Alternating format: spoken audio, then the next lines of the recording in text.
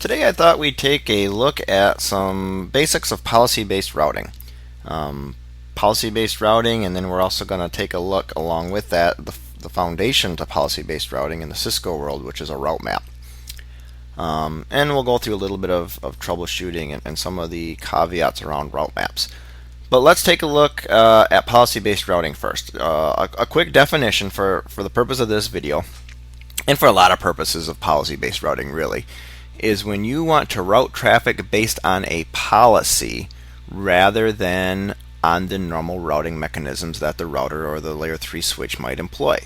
In a nutshell, you want to route traffic and you want to override what's in the routing table. Might be a good way to start looking at that. So you have your routing table, but you have a policy, and your policy needs to route traffic different than what's in the routing table, no matter how the routing table gets its updates. It can be, networks that are advertised, it can be used dynamic routing protocols, whatever. We want to route traffic based on a policy rather than on the routing table. So here's a quick scenario that I drew up so that we can start looking at this. Let me explain this to you rather quickly. Router 1 down here in the middle is going to be our core router. That's where most of the action is going to take place. Router 5, if we look at router 5, we're going to think of that as a client computer. On router 1, we've created a layer 3 VLAN. It's 10.130/24 is the layer 3 VLAN. That's going to be like our client VLAN. On router 1, I've also created a layer 3 VLAN interface, an SVI, and I've assigned that the IP address 10.1.3.1/24 out of that network. Our client, router 5, is connected to fast11, but fast11 is not a routed port on this router. It's actually a layer 2 port, and it's been assigned to VLAN 10. Okay, router 1 also has another connection that goes up to router 3. Router 3 is going to be like a lab router. Beyond router 3, on the other side of router 3, we have a lab network, 155.6510/24. Router 1 has a default route that points it to router 2 as its default route. So if it doesn't know what to do with traffic, it sends it on to router 2. In this case, router 1, I've set it up to only have a single default route pointing to this router. It does not know about this network. So let me bring up router 1 quickly here, and we can take a look at its routing table. So here's, make sure I got the right router. Router 1, show IP route.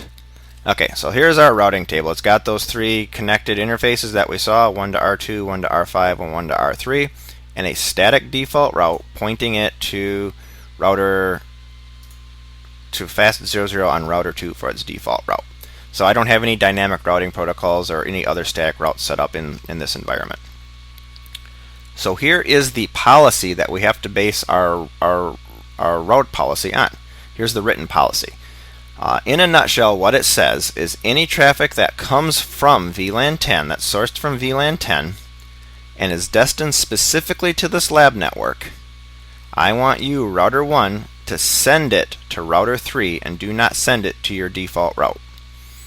That's what it says in a nutshell. So here we are, traffic sourced from VLAN 10, down here, the 10.130, and destined for the lab, send it to router 3. Now the next part of that is if router 3 is not available, then I want you, R1, not to send it to router 3 because it's not there. Send it out your default route like you would any other traffic. Okay, any other traffic comes out of VLAN 10, which is our client network again. Any traffic that comes out of VLAN 10 that's not destined for this network, that isn't going to go here, I want you to send it out your default route. So again, only traffic out of VLAN 10 that is specifically sent to this lab network needs to be routed via our policy. The rest of it can fall back to the routing table. Any other traffic on router 1 should take the default route. So again, just another statement that only sourced from VLAN 10 and destined to the lab network should follow that path. If it's, let's say we had another VLAN 20 down here. If someone from VLAN 20 was trying to get to the lab, that doesn't match our criteria because our criteria says only from VLAN 10. So VLAN 20 trying to get to this network, they should still take the default route. Our policy should not include anyone except those users that are on VLAN 10. Okay, we looked at the route map. We saw that in this scenario we're not accomplishing that with routing. This is because we want to look at what we can do with route maps, not necessarily how we would solve this problem properly. There might be security reasons that we can't advertise this network into router 1, or maybe there's a firewall here. I don't know, but for the sake of this video, we're going to use route maps to accomplish this. So let me bring up router 1. That's where most of the action is going to happen, and we'll get started creating our route map. Now, a route map is very similar to an if-then statement. It's probably the easiest way to look at it if you're familiar with older programming languages. They all have some equivalent to an if-then statement. A route map works basically as if this is true or if this is false. If some criteria is met, then do this. And a route map is based off of one or more, in policy-based routing terms specifically, is based off of one or more access lists. So the first step in accomplishing our policy-based routing for this scenario is to devise an access list that defines our goal here. So when you start to think about this, you got to think about what's the best way to write my access list to meet my match criteria. And now, again, it could be a series of permits and denies to meet your criteria. It's an access list. You can make it as long as you want. Whatever it takes to finally encapsulate your final goal is how you'd write your access list. In this case, we're going to use an access list with a permit statement because this can be accomplished in a one-liner on a permit statement. So let's bring up router 1. We're going to go into config mode, and we're going to create an access list. IP access list. We're going to make an extended one because we got to specify a source and destination. I'm going to give it a name. ACL route to lab. And I've gotten in the habit just recently. It's taken me a long time to figure this out, to put prefixes on a lot of the things I create anymore. So an access list, I'll prefix it with ACL. A route map, I might prefix with RM. A class map, I might prefix with CM. The problem is that I tend to name things very similar to each other when they perform the same function. So I might call this ACL route to lab, and then when I go to create my route map, I might name it something very familiar.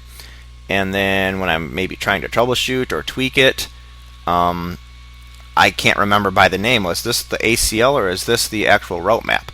So what I tend to do now is prefix these so I know what I'm looking at. So again, to encapsulate our traffic or to define our traffic pattern, we're going to say it's a permit IP coming from VLAN 10, so coming from 10.1.3.0, my goodness, I'm having trouble, 0.0.0.255. So that's our VLAN 10. That defines our VLAN 10 from a layer 3 perspective. Going to the lab, 155.65.1.0, 0.0.0.255, again our wildcard mask. Okay, that defines our traffic. Coming from VLAN 10, this IP space, this /24 network, going to the lab space on this 24 network. So coming from 10.1.3, let me make sure that's right, 10.1.3, yeah, 0/24. Okay, so that's our access list. This is just a one-liner to meet our criteria. So let's get out of there. Now the next thing we need to do, now that we have an access list that our route map can refer to, we need to create our route map. So let's go ahead and do that. Route map, and we've got to give it a name, and I'm going to use RM with the prefix, the same thing that I had mentioned before, and then call this to lab. Now very much like an access list, a route map can have multiple pieces to it. It's got permits and denies and sequence numbers. So in this case we're going to use another permit, but again, depending on what you're trying to accomplish, you may have a series of permits and denies. And then after the permit we give it our sequence number. I'm just going to go with 10. First one in our sequence. Carriage return. Alright, so we have our route map. We have the route map name. We've got its sequence number, and our route map is going to permit something to happen. So what we want to do next is our if-then clause, like I had mentioned before. So our if statement or our criteria is the match, and then when it matches, we want to set some action. So let's look at our match options. Most of the options have to do with BGP and MPLS. we are going to look at IP specific options for our policy route. So we want to go into IP. We're using IP4, not IPv6, but we could do some of this under IPv6 if we had such a setup. Under IP, we have where we specify an address, next hop, or route source. We're going to go address. And in this case, what it really wants for an address is an access list. Now, if we were really looking for a single address, our access list could contain a single host entry. So the word address is a bit misleading in there, in my opinion. But now we specify an access list. The access list that we defined for our route map was up here. ACL route map to lab. That was the name of our access list that we want our route map to use as its criteria. Now, we could specify another criteria, another match. If you put match statements on the same line, it becomes a logical OR. If you put match statements on separate lines, it becomes a logical AND. So we only have one match statement here. We're not going to make an OR statement or an AND statement. So we're just going to hit enter. So our first statement, our match statement, is match based on this ACL. So let's go back and take a look. Again, now we're going to do a set. And our set statement, we're going to be working with IP specific again. So set IP. Let me just back up real quick and show you a question mark here. When you look at the set, again, there's a tremendous amount of things you can do on the set clause. Because we're limiting it to policy-based routing, a lot of this doesn't apply specifically for IP routing. A lot of it is BGP and MPLS. But there's some other things that you could do here in a policy map. So take a look through here. Depending on what you're trying to do, some of this may be useful to you, some of it may not. For example, in addition to IP, we can force an interface. What's something else that we might want to do? You can specify a metric. You can override a metric. You could specify a VRF, or again, this is BGP, but you could specify a weight. So under the set, we can do a lot of things. We're going to work with set IP, and what we want to do is we're going to set the next hop. So there's a few of the options that we have. We're going to do next hop. Now here's what we can do. Under next hop, we can specify the next hop. And the other one that we're really interested in is the verify availability. So let's specify our next hop. First, we want when our condition is true, the set statement, we want it to set the next hop to be this interface on router 3, 10.1.2.1. So next hop is going to be 10.1.2.1. Okay, and then after that, we're going to say set IP next hop verify availability. Now we can hit carriage return here, or we can expand it a bit. If we expand it a bit and keep going, we get into tracking, where we can it gives us even more flexibility in our route map, because we can track certain events, and when events are true or false, certain things happen. I'm thinking of putting together another video to go over tracking, not necessarily in route maps, but tracking in general. So at this point, we're just going to hit enter. Alright, let's get out of our route map and let's do a show route. So here is our route map. Here's the name of it, route map to lab. It's a permit. We got sequence 10. For this example, we are only going to use the one. Our match clause is it has to match ACL route to lab. Now our ACL is a permit, and it permits the traffic from VLAN 10 up to the lab space. When that's true, we're going to set the next hop to 10.1.2.1. And before we force it to that next hop, we want to verify that 10.1.2.1 is still there. So those are our criteria. Okay, so that takes care of the creation of our route map. Now we need to apply our route map. Our route map is very similar to an ACL. It has to be applied to an interface so that it captures the inbound traffic.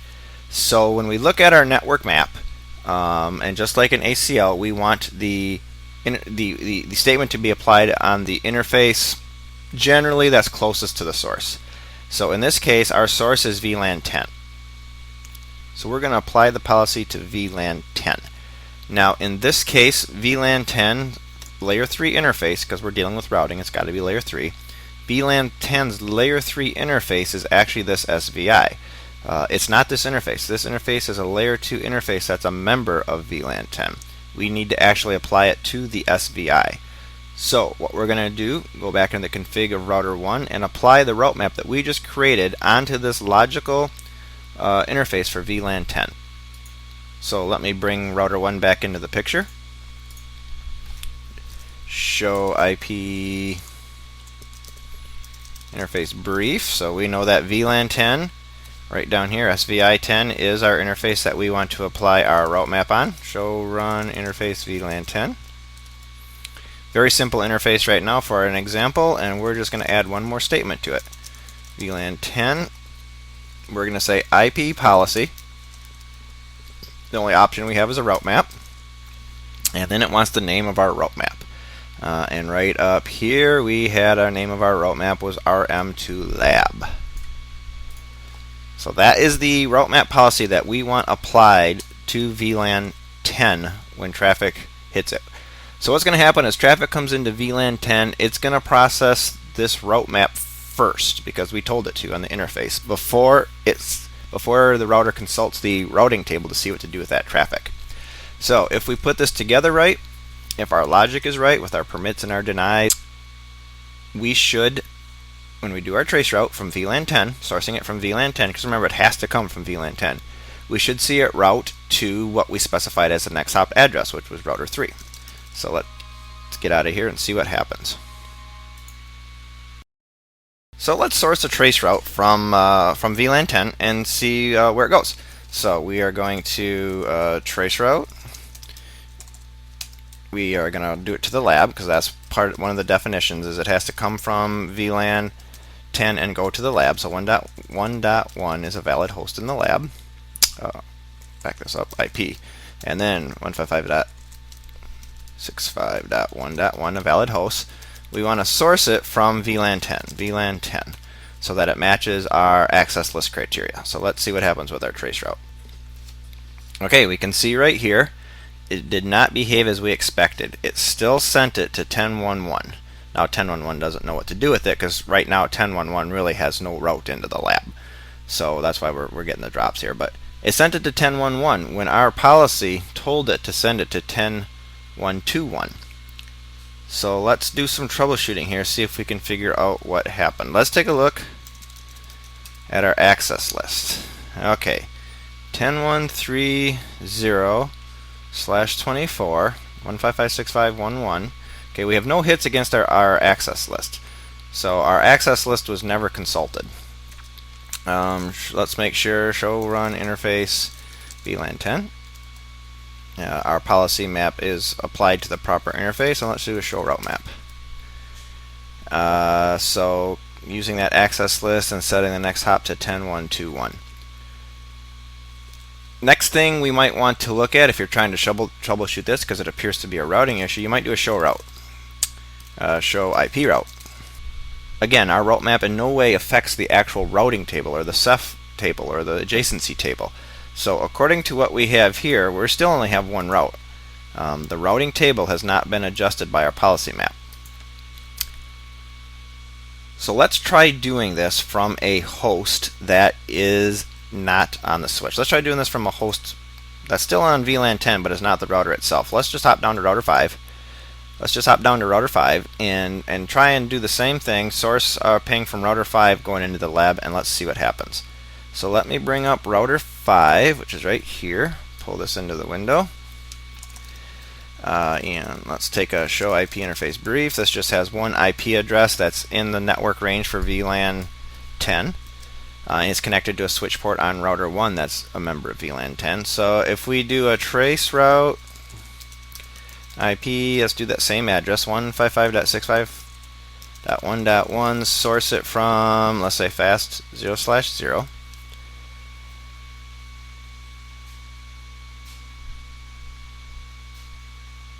Okay, so here we go. It sent it to its default gateway, 3.1, which is the SVI right here, the SVI on router 1, because it's a member of VLAN 10. Its layer 3 next hop is the SVI on that interface. And then it sent it to 10.1.2.1, which is our lab router, right where we wanted it to go. If it came from this network, the 10 VLAN, and is destined for the lab network, we wanted router 1 to send it to router 3. So let's take a look back at router 1 and see what's going on here. Let's do a show IP access list. Okay, we see now that we have matches against our access list. So if we do a show route, which is short for show route map, we see that we have matches on our route map right down here. So our route map is working.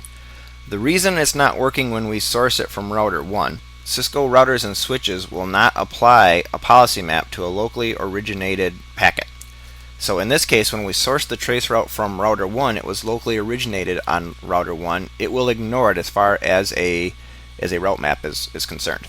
So to override that behavior, we go back into our config and we just tell it IP local. Option here that we want to choose is policy. Only option we have under that is a route map. We have to tell it the name of the route map that we want it to process locally originated packets for. So here's the name of our route map to lab. Enter. That should be it. So now we're telling router 1, hey, even if you do originate it, because I originate it with my trace route, I still want you to process it on that route map. Now, we had to specify the route map. If we had more than one route map applied to this router, created on this router, as it stands right now, only packets originally located would be processed in this route map. Any other route maps would still ignore them unless you specified them as well. So let me hit the up arrow a couple times so we can go right back to our trace route.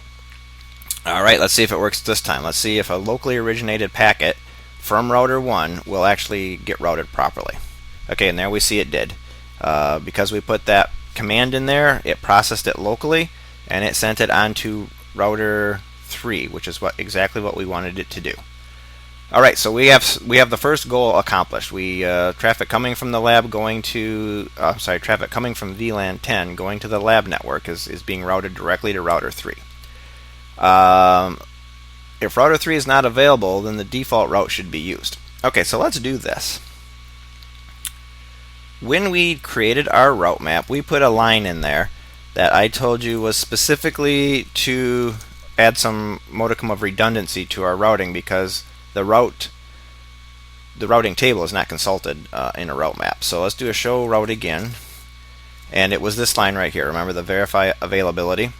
So let's do a test here. Let's take down this interface. Let's go to 10.1.2.1, actually shut that interface down, perform our same trace route and see what happens.